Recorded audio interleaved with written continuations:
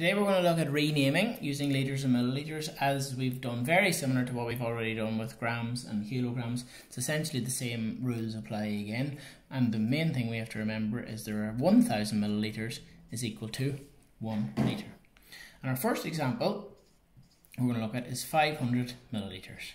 So can we express that as a litre?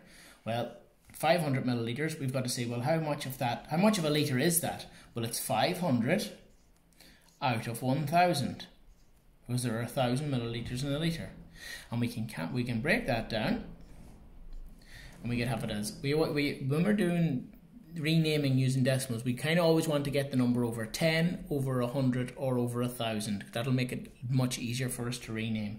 So if we have 5 tenths, 5 tenths is equal to 0.5 litres. And it's nice. Now we could cancel that down to a half if we wanted to.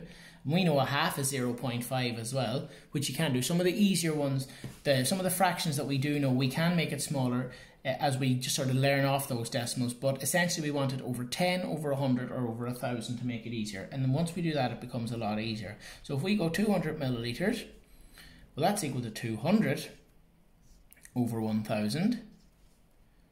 And again, our zeros can cancel, but you can only cancel a zero when you have a pair, one above and one below the line. I cannot cancel this zero as well. Sometimes we just cancel all the zeros, but we can't do that. We can only cancel when we have one above and below. So we're left with 2 over 10, and 2 tenths is equal to 0.2 of a litre. Okay, and that stays the same the whole way down, transfers the whole way down. So if we even had one as small as 5 millilitres, well, that's 5 out of 1000. Okay, we don't really want to break that down, so we want to leave it at 0.005 of a litre. Okay, and the same then carries true when we have when you have a mixed number of litres and millilitres. So if we had 5 litres, 248 millilitres. Okay, that's going to be 5 full litres, and again then your 248 goes over 1000 millilitres. And then you're left with 5.248 litres.